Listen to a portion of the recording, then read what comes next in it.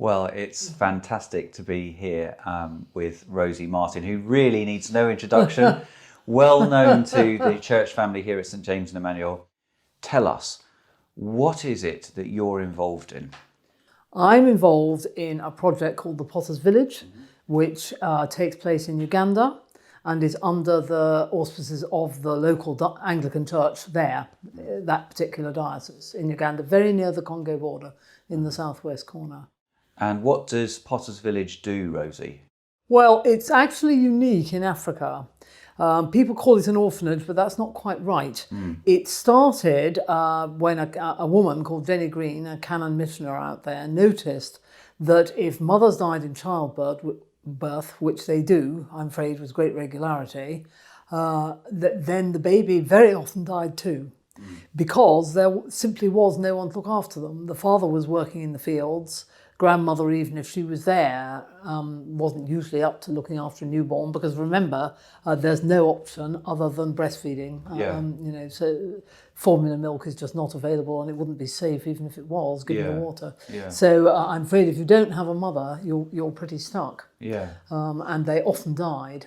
And so she started this to save them at that point, bring them into somewhere where they could be looked after under Western conditions, where they can be bottle fed and have their needs, emotional and physical, met.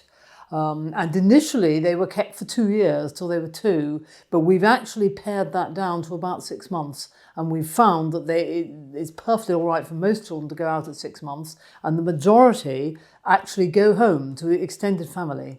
There's often someone there who is willing to look after them once they're past the first 6 months. So effectively then, Potter's Village is stepping in, as it were, at a point of extreme vulnerability. Extreme need. Yes. Picking up a child in a vulnerable situation, taking care of their needs, and then looking for suitable families to place them for their ongoing care. That's right. Primarily their own family, if that's About suitable. 2/3, I think, go home to extended family, and the other third are fostered and often eventually adopted. And in any church, there will be lots of Christian families who foster as well as having their own children. So is Potter's Village quite interdependent with the local Christian community in terms of placing children? I'm not sure they all go to Christian families, because we have a social worker who operates much the way they would do here, really. But the majority, so the great majority, I would say, do. So they're really just looking for suitable, supportive family environments. Right, who will take them on and bring them up. But there's more to it than that, isn't there, at Potter's? There is a medical centre. Yes, we have a medical centre which is 10 years old, so not quite as old as the project, which goes back to 2008. So 4 years in, Jenny set up a medical centre as well, because there is a paediatric hospital there, but I'm afraid the standards are very low. This is in Kisoro. In Kisoro. And particularly for newborn babies, you've probably got more chance outside it than in it. Really, it's that bad? I think it more or less is, really. So we set up a medical centre which is going reasonably strong at the moment, and which has saved a tremendous number of lives, actually, because it serves the community, not just Potter's itself. We wouldn't actually provide it with enough work, but they can manage inpatients, and they see large numbers of outpatients up to the age of 12, and do a great deal of good, particularly in acute illness, which often carries children off in Africa, which here would be easily dealt with. So they will save a lot of children who would otherwise die. Wow, that's amazing. And it's actually largely staffed, isn't it, Rosie, by people from that part of Ugandan nationals, almost exclusively, actually. Well, we had a British doctor running it, but I'm afraid actually she has just left after doing sterling work for 5 years. So the way ahead's a bit unclear. Okay. And actually that's something I will come on to in a bit, because one of the things that has been, that's part of your work is about continuity and bridging these changes in personnel, because you're I mean, obviously, Rosie, you live in Didsbury. Yes. So you're not doing primary care most of the time, are you? No. Well, I am chair of the UK Friends of Potters Village. Okay. And that is a little board, 7 of us, I think. And we are dedicated really to fundraising and telling people about it. Yeah. And we do go out once a year Yeah. to see that it's being run according to Christian principles and deal with any problems we can. Yeah. But the decisions on the ground are made by Ugandan board and the Anglican diocese and the staff who are running it. And you also ensure a level of accountability around finance and Yes, governance. yes, we do. Yes, yeah, that's a very big part of our remit, really. Because obviously Africa is Africa. There are lots of temptations and things that can go wrong. But broadly, we have avoided them, or when we haven't avoided them, we've managed to stop it quickly. Yeah. Both of those. There's some real challenges with poverty. There's a lot of subsistence farming, so highly dependent on crops and everything. Yes. But it's set in the most extraordinary landscape, isn't it? A landscape of It's lovely. mountains and forests and crater lakes. That's right. It's an extraordinary place, isn't it? Yeah. Yeah. And that helps when you're going out there, actually. Yeah. It is very, very nice. Yeah. I have to say. I mean, I know it in a sense it's a drop in the ocean, but how does the support that St James and Emmanuel provides financially, what's that go to? Right, well, I must say your support isn't a drop in the ocean to us, and we're very, very grateful for it. It goes to running the crisis centre. The medical centre actually is run separately, largely with what we charge the patients and with some help from the UK. But the crisis centre, where the babies come when they come in, that's our remit. We run that, so it goes to run that. But quite a big part of it, which I haven't mentioned yet, is the community support.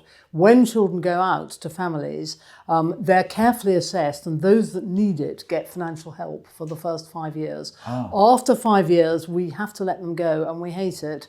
But we have to, because there's always more coming on stream. Yeah. But it's a big help in the first 5 years before they go to school for some families who otherwise probably wouldn't do it, because they just couldn't. And is that I guess those first 5 years or so are the most medically vulnerable, are they? Yeah, they are, yes. Yes, infant mortality is up to 5 years. That is when they are most likely to die. So our support goes towards the general running of Potters That's Village. right, yes, it does. And salaries for, I think there's about 30 staff, something like that. I mean, there are a number of carers who big come in. organisation, It's isn't quite it? big, yes. And yes, very I know. well known in the area. It is, and it's very highly prized, actually. Yeah. I mean, we are very affectionately regarded by the church, Yeah. and I think they take pride in it. And as I say, we are the only one quite of that type in Africa. It's seen as a very good Christian venture. And a unique model. And a unique model, yes, that's right. And I say in fact now, with no exceptions really, it is staffed by Christian Ugandan nationals.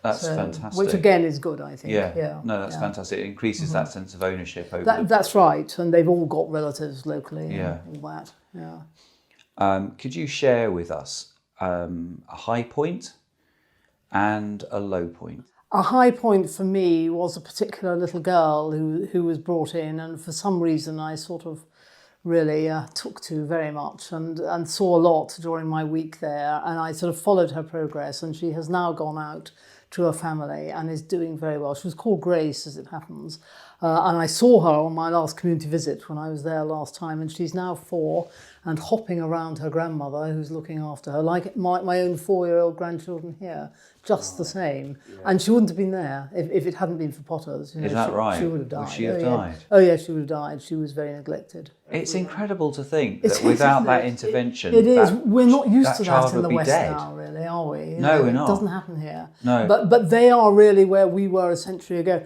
Because one thing I should have said is about a third actually are abandoned. Yeah. They are abandoned as well as... Well, when I was in Kisoro, I think a child had been brought in who'd been found in a long drop toilet. Funnily enough, that was my low point. A little boy was brought in who had been heard crying, and he was upside down in a cesspit. Would you believe it? Oh, and he was he wasn't actually newborn, he was about a month and appeared to have been well cared for up to that point. And it was a pastor who heard him, who lived next door, and if he hadn't heard him, you know, that would have been the end. I think you can't last upside down for very long. No. In the cesspit or out of it. So anyway, they got him, they brought him in. He did very well, and then they adopted him. So they've got him now. So that's a low point that became a high point. Well, yes, if you like, it's a low point that became a high point, yes. You've just mentioned that one of the doctors is moving on. Yeah. Mm-hmm. There's the uncertainty factor, isn't there? Does that weigh on you? Hugely, actually. Yes, it does. I sometimes lie awake at night thinking, you know, how is this going to proceed? Yeah. Is this going to be all right 5 years, 10 years from now? What is the future? And it's taken every ounce of faith, really, to go with it. But I suppose that that's true of any venture, actually, really. You just don't realise it when you're used to institutions that are centuries old. Yeah. But they would have been the same originally. But what I would love, what we'd all love, is a firmer funding base, really. Yeah. So that brings us on to prayer points. Yes, yes. Indeed. So one of the things that we can pray for you and for Potters is for a firm financial foundation. Yes, that would be wonderful, really. Just more security. Yeah.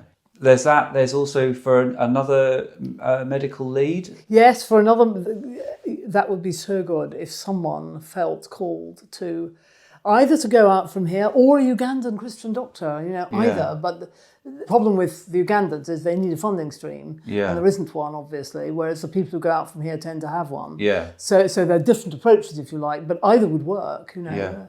If someone was attracted to do it, it would be wonderful, because they need leadership, really, and they need a doctor on the site. They don't have that at the moment. They've got very good nurses, but they don't have a doctor. Well, I guess part of that is about the background training that somebody comes with. That's right, yes. Needs to be a high level of paediatric Ideally, understanding.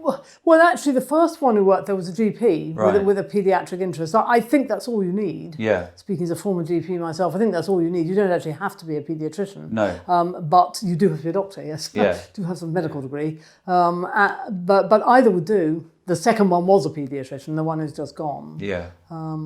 So there's plenty of things there to Plenty of things to pray yes. for. Yes. I guess you know, Rosy, as a church community, we are immensely proud of the link that we have with Potters. Rightly so, I think. It's an incredible project. Yes. And thank you, Rosy, for spending some time with us, and God bless your work with Potters Village. Not at all. Okay.